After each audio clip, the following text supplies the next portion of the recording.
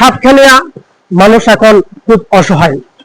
কারণ আপনারা জানেন, যখন বন্যা হয় তখন বন্যা পানি চিনে না কোনো বড়লোক, চিনে না কোনো গরিব, তখন সবাই হয়ে যায় অসহায় এবং মানুষের হাহাকার অবস্থা।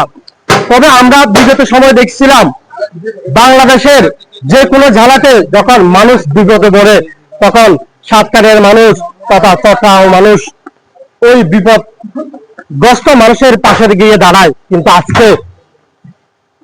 আজকে সাতখানিয়ার পাশে, চট্টগ্রামের পাশে কোনো মানবতার ফেরিওয়ালাকে আমরা দেখতে পাচ্ছি না।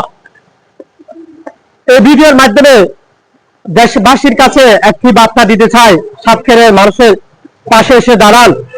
সাতক্ষীরার মানুষের কষ্ট একটু দেখে যান, কিভাবে মানুষ রাত দিন কাটাচ্ছে, নাই কোনো বিদ্যুৎ, নাই আসা যাওয়ার কোনো ব্যবস্থা, পাচ্ছে না কোনো খাবার। আপনারা আসেন, সাতক্ষীরার মানুষের পাশে দাঁড়ান, মানবতার দৃষ্টান্ত স্থাপন করুন।